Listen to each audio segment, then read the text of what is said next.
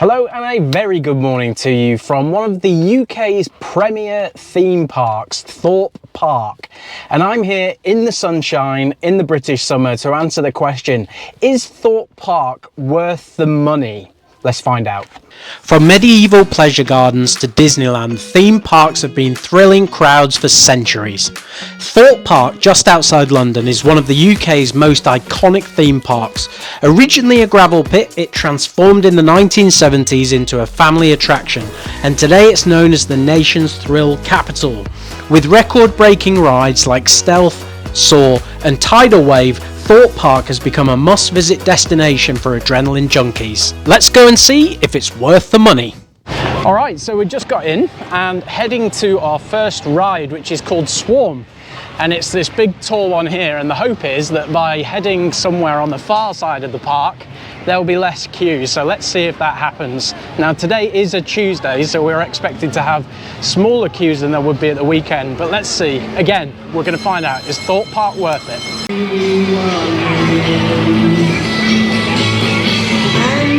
So this ride is actually called Stealth, and it is the fastest accelerating ride in the world. 0 to 80 miles an hour in about 2 seconds, and I've just been on it. It is insanely quick. Watch how fast they go here.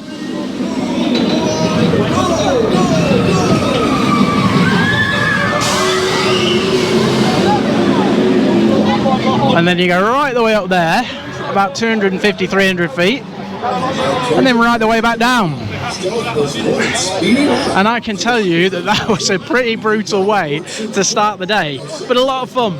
In the blink of an eye, you launch from 0 to 80 miles per hour in under 2 seconds. The world blurs, your stomach lurches, and suddenly you're climbing a 205-foot tower of steel. At the peak, time hangs still before gravity rips you back down at breakneck speed. So I think wrongly earlier on I said that this was called Storm. It's actually called Stealth, and it goes 0 to 80 miles an hour in 1.8 seconds and up to an altitude of 205 feet that you can see here. The next group are ready to go, so check this out.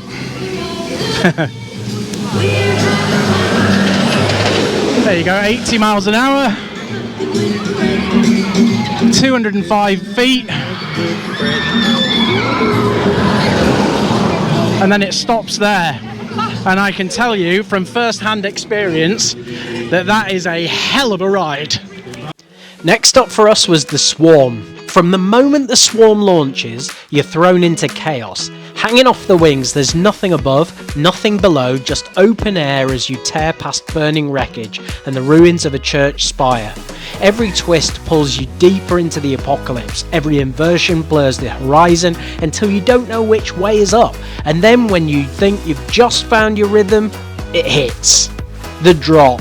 A sudden dive that rips the ground up towards you, weightlessness giving way to raw speed. It's the kind of moment that sticks with you long after the ride is done. Alright then, so the next ride that we're going to go on is called Tidal Wave, and you might be able to guess why. It is because it is a water ride, similar to a log flume, but quite a bigger drop than you would normally expect. And I'm told you get very wet. Holy moly. Oh, look how wet they are. They're absolutely sodden.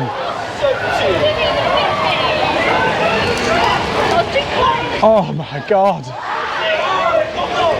Wow, they are absolutely drowned through. Our turn. Tidal Wave looks innocent enough until the climb begins. Higher and higher, the suspense builds, and then suddenly you plunge down an 85-foot drop at breakneck speed, and the impact hits like a wall. A split second later, you're swallowed by a tsunami of water, and there's no escaping it, you come off drenched. A few moments later.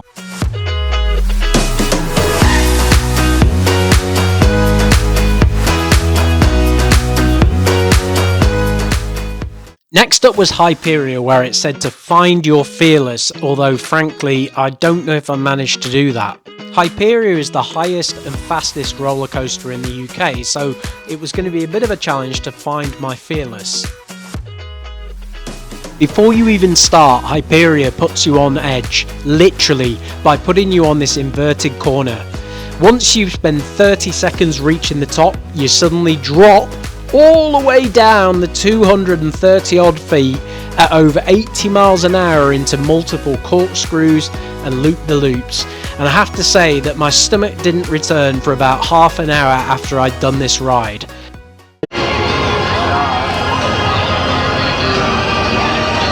Oh, there we go. That is Hyperia, the tallest, fastest roller coaster in the whole of the UK. And I can tell you, it is a hell of a ride. It's slightly different to the one that we went on earlier on called Stealth, which fires you up to 80 miles an hour in less than 2 seconds. This one is much more of a tension builder. You travel all the way up the 237 foot in one of these trains here, and it takes about 30 seconds, which builds the tension, and you have a mixture of people on the train who've been on it before and are really chilled out, and then there are other people like me that have never been on it and are absolutely terrified, and so you can hear nervous screams. But once you get to the top, it's a long way down, and that train is just up the top, so let's watch them go down. There they go.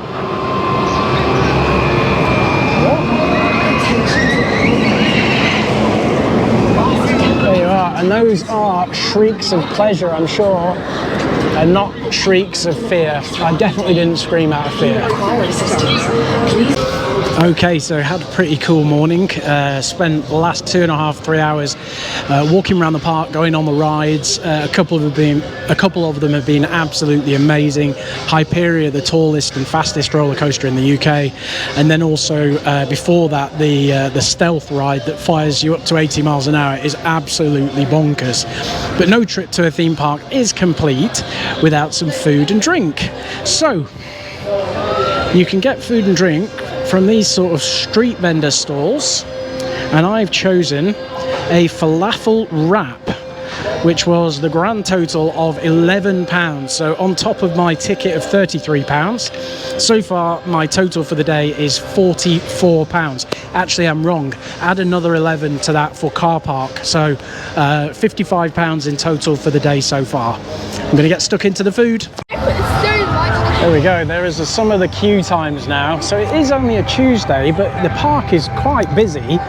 There is quite a lot of groups coming in from schools. We've seen quite a lot of schools, which must be kind of end of term summer holiday trip, but so far so good. And the next ride that we want to go on is this one called Rush, which is like a swinging motion. But I have to say, I'm 4 or 5 hours now into the park. It is well worth the money. We paid £33 for the ticket. Yes, you pay for your food. Yes, you pay for the parking as well. But what you get is an abundance of rides. And if you come on a weekday as well, it's not too busy. I think the longest queue that we've been in was about 40 minutes for Hyperia. But now it's time to go for a rush. So this is what the ride Rush looks like before it gets going, and it's effectively 2 long arms that swing back and forth up to a 90-degree angle. And there's a perfect backdrop there of Stealth peering in the distance at a height of 230 feet. Rush feels exactly like being a pendulum on a giant, slightly unhinged grandfather clock in the sun. You swing higher and higher, feeling like at any second you'll crash through the ceiling or launch into orbit. The wind's slapping your face, your stomach's doing flips, and somehow, somewhere, you're laughing and screaming at the same time. By the time it finally slows, I'm half dizzy, half thrilled, and entirely convinced that it wasn't a good idea. I think something to say for Thorpe Park, which is probably obvious but worthwhile saying given that I'm doing a review, is that it really is designed for people of all ages. So there are families with young children, there are teenagers, there are adults like myself, and then there are even people who are in their later years as well here. And there are smaller rides as well with much shorter waiting times if you want to. This one here is called Quantum. I'm not quite sure what it is, probably a swinging ride.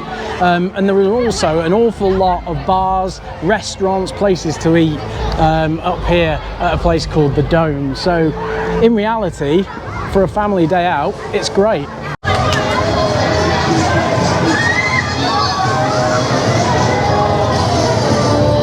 And if you want to escape the hustle and bustle of Thorpe Park for a short while and just find somewhere quite quiet to enjoy an ice cream or a bite to eat, or even here at this place called Tacoteria, where you can take a little siesta and enjoy some of the taco foods, you're more than welcome to do so. But you probably shouldn't go on that before you eat or after you eat. Frankly, for me, I wouldn't be going on it at all, let alone before or after I eat, given that it's spinning round. But what I was saying essentially is that if you want to escape the crowds and the hustle and bustle, very easily come down to the waterfront just behind me and enjoy some food or an ice cream there. It was time for Colossus, which is chaos on rails. From the moment you're strapped in, you know this ride isn't messing around. It launches you into a series of twists, turns and inversions so fast that I barely had time to scream. The 10 loops feel endless, each one spinning my stomach in ways I didn't know were possible, and midway through there's this insane corkscrew that leaves you completely disorientated, twisting and flipping like you're inside a blender. By the end my heart was racing, my head was spinning and I couldn't help but grin. So there we go then, having just ridden Colossus, which is a long roller coaster, not particularly high, but you can see it there behind me heading up to the top of its peak and then comes down and round. But the special thing about Colossus is that it has 10 loop-the-loops and corkscrews in total, and there it goes.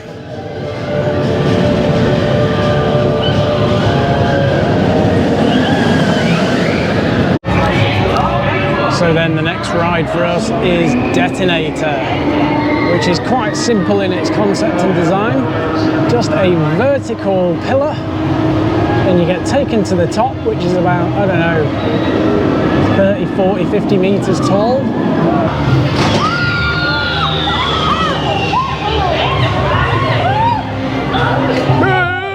And then boom, the detonator drops you straight down, stomach in your throat like gravity just decided to go rogue. After that I needed a quick reset, so a scoop of Ben & Jerry's did the trick. Creamy, cold, sweet, it's like hitting the refresh button before diving back into the chaos. Thorpe Park isn't just about the adrenaline, there's something lovely about wandering the park, soaking up the atmosphere that it has. Wide paths, plenty of seating, food options everywhere, and even spots for families. Everyone feels welcome no matter what kind of day you're after. Tucked away in one corner of the park is the Diana Memorial.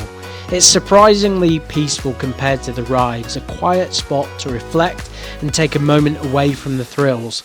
The memorial celebrates her life and legacy with beautiful flowers, plaques, and a sense of calm that feels almost out of place in a theme park, but in the best way possible.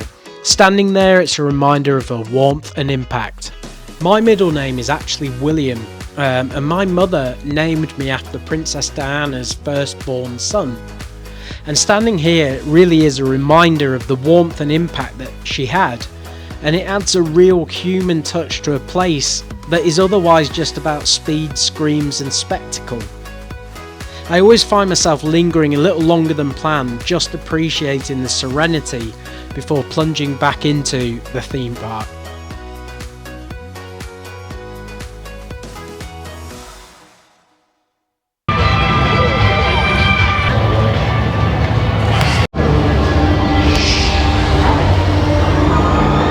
On our way out, we went on Quantum, which felt like a ragdoll, spinning and flipping in every direction. Honestly, it was pretty confusing, a bit scary, but also pretty fun. As I'm leaving, I grab a bite of food at the Food Dome. It's nice to just chill for a minute, eat something and catch my breath after all of the fun. So after a long, hot day at Thorpe Park, I'm finally back home and I've had some time to think on the question that I asked at the beginning of this video. Is Thorpe Park worth the money? And it's one word: Yes, absolutely yes. It's £33 for the ticket, or it was today. They use dynamic pricing, so I think based on demand the price can fluctuate, it can go up and down. Weekends are generally and understandably a bit more expensive, but today was £33 for the entrance to the park, which included all of the rides. You didn't have to pay for any additional rides. If you wanted to play on some of the funfair games, you know, throwing a basketball in a hoop to win a cuddly toy, then you'd maybe need to pay a little bit extra for that. But £33 to get into the park, a further £11 to park in the car park, and then I spent a further, I think, £15 in total on food and an ice cream. So if you're a family, say of 3 or 4, my top tip for you would be to bring your own food as much as is possible. Bring your own drinks as well. The caveat to that is then you're lugging around a bag, and on a hot day like today perhaps you don't want to do that, but it is a tip for you. Another potential tip is if you are a theme park fanatic and you live on the continent of Europe, Thorpe Park is about 10-15 minutes away from Heathrow, and it might seem a bit extreme to do so, but you could do Thorpe Park in a day, i.e. get a 7 o'clock flight from Europe, land into London at around 9 o'clock, the park opens at 10, closes around 5:30, and then you could fly home. That could be something that you could do as well. But in short, I've had a wonderful day. The queues weren't too bad. It was a Tuesday, so not too many people were there, but for £33 park entry and about £56 all in, I think it was well worth the money. Anyway, I hope you've enjoyed the video, and I will see you on the next one.